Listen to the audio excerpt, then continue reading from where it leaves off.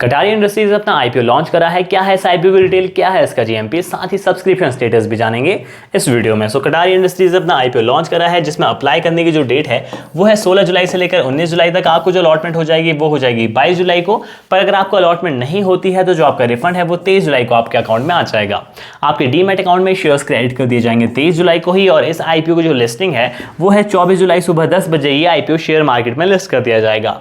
अब बात करते हैं इस आईपीओ में मिनिमम इन्वेस्टमेंट की। सो यहाँ पर जो मिनिमम इन्वेस्टमेंट रहेगी वो प्राइस बैंड के हिसाब से रहेगी। एक शेयर का जो प्राइस है वो है 91 to 96 रुपीज। एक लॉट में है 1200 शेयर। सो 96 रुपीज के हिसाब से 1200 शेयर के यहाँ पर हो जाएंगे मिनिमम 1,15,200 रुपए, जो कि मिनिमम इन्वेस्टमेंट रहेगी for retail investor. And high net individual के लिए जो मिनिमम इन्वेस्टमेंट रहेगी वो रहेगी 2 लॉट की, मतलब 2,30,400 रुपए हाई नेटवर्थ इंडिविजुअल को मिनिमम इन्वेस्ट करने होंगे। इस आईपीओ में रिजर्वेशन भी है, वो भी हम जान लेते हैं। सो यहाँ पर जो रिजर्वेशन है वो 4 कैटेगरीज में है। सबसे पहला है anchor investor 28%, qualified institutional buyer 19%, non institutional investor या हाई नेटवर्थ इंडिविजुअल 90% और रिटेल इन्वेस्टर 33%। टोटल हो गया 100%। किसी भी आईपीओ में एंकर इन्वेस्टर काफी बड़ा रोल प्ले करते हैं, क्योंकि वो एक मस्ट अमाउंट में जो है वो मनी को इन्वेस्ट करते हैं आईपीओ के अंदर। पर उनके लिए लॉक इन पीरियड भी रखा जाता है। लॉक इन पीरियड क्या है वो मैं आपको जल्दी से बता देता हूं। सो जो एंकर इन्वेस्टर के लिए बिड डेट है वो है 15 जुलाई, जो कि चली गई है। उन्हें जो शेयर्स ऑफर किए गए हैं वो किए गए हैं 16,17,600। पोर्शन साइज है 15,53,00,000 रुपए का।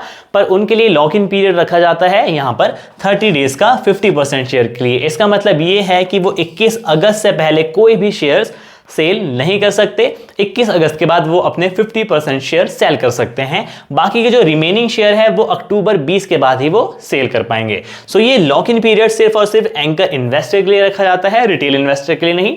आप लिस्टिंग वाले दिन अपने शेयर्स को सेल कर सकते हैं।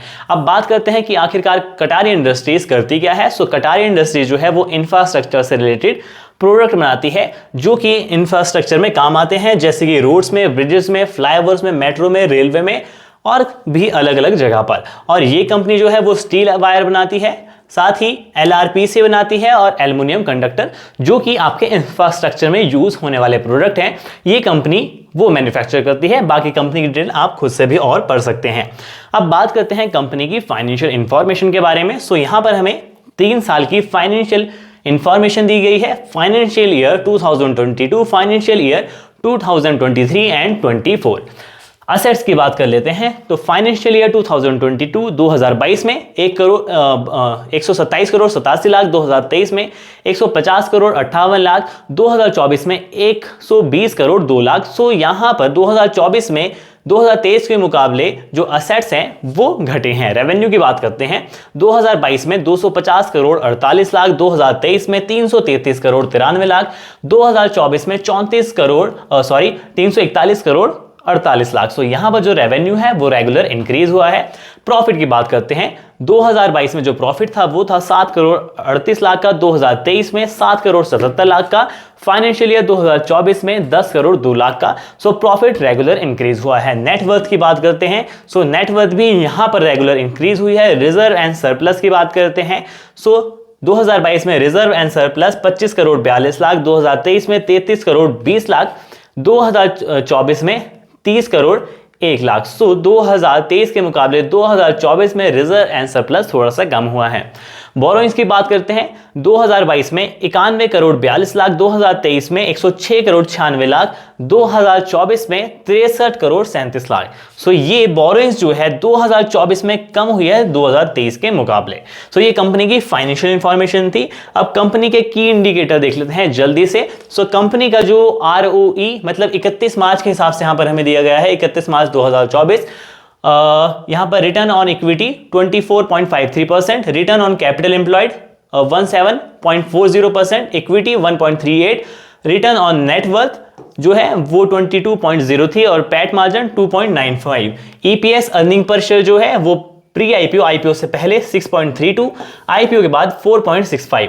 PE ratio, price to earning ratio जो है वो आईपीओ से पहले 15.18 और आईपीओ के बाद जो है वो 20.63। सो यहां पर ये जो है वो बढ़े हैं। अब बात कर लेते हैं कि कंपनी का जो है वो ऑब्जेक्टिव क्या है आईपीओ लाने का। Capital expenditure for plant and machineries, repayment of debt और यहां पर है जनरल कॉर्पोरेट पर्पस, मतलब कंपनी जो है वो अपने कर्ज चुकाएगी, प्लांट एंड मशीनरी में अपने पैसे खर्च करेगी। अब यहां पर जो है कंपनी की बिड डेट जान लेते हैं और कितना सब्सक्राइब हुआ है ये आईपीओ वो भी हम जान लेते हैं। तो यहां पर अगर मैं आपको सिंपल सा कहूं, टोटल एप्लीकेशन आ गई है 9864। आईपीओ जो है वो काफी ज्यादा सब्सक्राइब अभी तक हो चुका है। अब बात कर लेते हैं इसके जीएमपी की, कि अभी इसका जीएमपी क्या चल रहा है। सो आज है 16 जुलाई और आज इस आईपीओ के अप्लाई करने का फर्स्ट डे है और यहां पर जो जीएमपी चल रहा है वो चल रहा है 50 रुपीज।